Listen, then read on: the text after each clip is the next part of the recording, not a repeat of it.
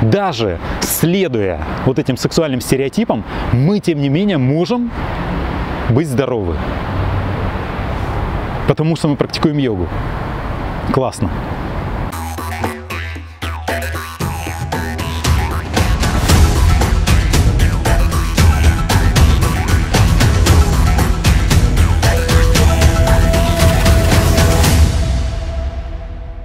Почему 90% женщин не получают оргазм? Может ли тантра изменить эту ситуацию? Вита Филиппова, Сергей, по статистике 90% женщин не получают оргазма в сексе, а просто имитируют по тем или иным причинам. Это информация сексологов. Тантра, наверное, может изменить эту ситуацию. Спасибо, Вита, за вопрос. Я это даже в камеру запишу, потому что это вопрос очень непростой. Почему так происходит?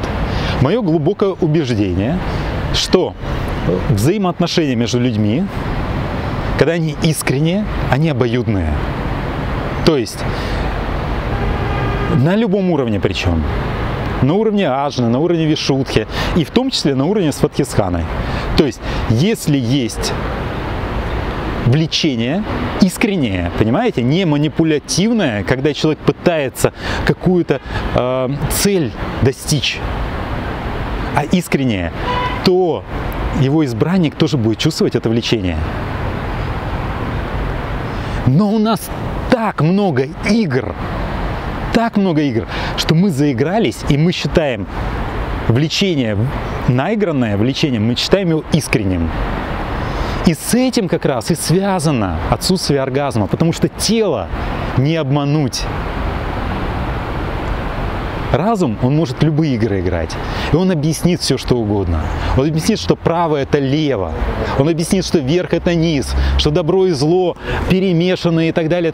Но тело всегда скажет, как оно есть на самом деле.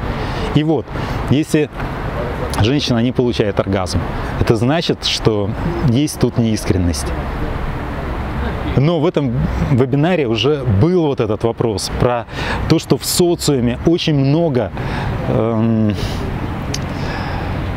предвзятого отношения к сексуальности. Это сказывается на статистике, что 90% женщин не испытывают оргазм. Мужчины испытывают. Почему? Потому что нужно соответствовать образу.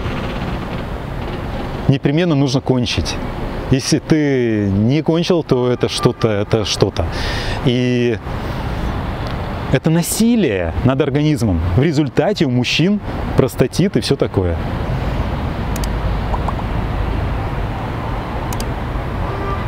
То есть все это результат, можно так сказать, социальных игр, а можно сказать того, что мы перекладываем ответственность. Потому что если ответственность не перекладывать, если честно посмотреть на этот факт, что есть 90% женщин, не испытывающих оргазм, посмотреть в зеркало и сказать: да, я такая, у меня это редко бывает, да, я такая. Что я могу изменить? Хочу ли я так жить дальше? Или я что-то хочу изменить? И вот начать менять. Разум будет включаться, он будет искать какие-то рационализации. Ну да, ну все же так живут. Ну вот, ну невозможно иначе. Пусть разум, пусть работает, пусть играет, а вы делаете. Делаете. Понимаете, мы занимаемся йогой, мы выполняем растяжку. Это на нас очень сильно влияет. Даже следуя вот этим сексуальным стереотипам, мы, тем не менее, можем быть здоровы. Потому что мы практикуем йогу. Классно. Даже если вы не реализуетесь по манипуре, но вы практикуете йогу, у вас может не быть гастрита, например, язвы. Потому что вы выполняете Удьяна Бандху каждый день. Удьяна Бандху Крию 1000 раз, каждый день, и у вас все классно. Но это не значит, что вы живете гармонично. То есть все-таки нужно смотреть глубже. Йога нам очень сильно помогает. Но если еще включить сознание и одновременно практики йоги, то тогда действительно вы можете освободиться. Тогда вы действительно будете заниматься любовью по любви и сексом с удовольствием. Это смешно об этом говорить нам, взрослым людям. Смешно, потому что это действительно, сиськи-письки, да, ну что такое? Ну дети маленькие знают. Я себя помню в детском возрасте, вот когда я еще лежал маленький, и я чувствовал удовольствие, понимаете, сексуальное. Я не знаю, какой возраст был, но я помню, что меня мама перепеленывала. И я его чувствовал. Понимаете, просто дальше оно начало перекрываться социальными нормами, какими-то играми, которые играют сверстники. Понимаете, вот все это начало перекрываться. И получается, что мы возвращаемся в такое какое-то детство, то есть как будто бы регрессия происходит, да?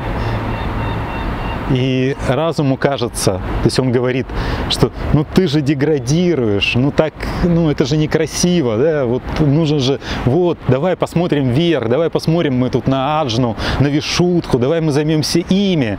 Что какая-то сексуальность? А нужно понимать, что это игра. Вернуться к зеркалу, посмотреть на себя и снова сказать, все ли меня устраивает в этом аспекте или нет. Если нет, то значит игра. Нужно отличать. И эту игру заканчивать. Начинать действовать. Действовать будет очень сложно. Вот что самое интересное. Когда вы начнете действовать, вы поймете, что это действительно путь воина. Это очень сложно. Ноги не идут, как я говорил. Язык заплетается, что-то сказать, комплимент сказать человеку. Не просто, что «О, какой у вас шарфик!», а сказать с сексуальным подтекстом. Особенно человеку, который вызывает влечение. Ой, это кошмар просто. Сколько сразу выползает. С чем нам нужно работать. Вот оно. Не нужно никуда ходить искать. Сочинять себе, придумывать. Давай я буду созерцанием заниматься. Тело света буду развивать у себя. Нет, вот конкретно. Все. Когда вы это проходите, жизнь меняется. Сразу. Пах! Сразу.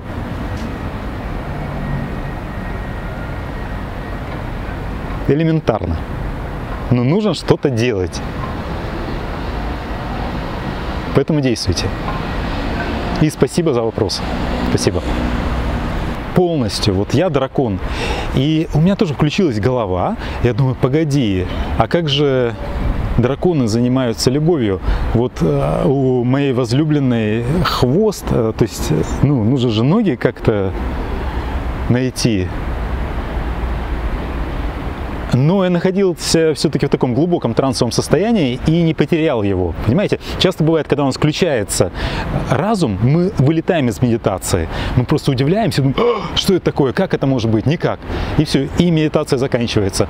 Но здесь она продолжалась, и любовью занимались два дракона.